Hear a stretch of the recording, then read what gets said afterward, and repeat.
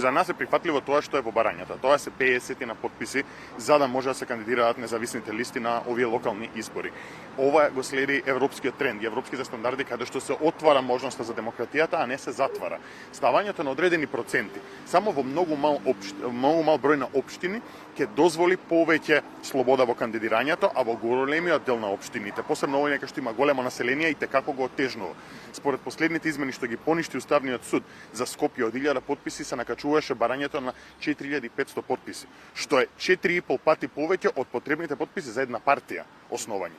Како може тоа независните да имаат многу потешки услови отколку партиите и од што се плашат партиите зад нас, од нас, ако толку многу ние придонесуваме во целото ова?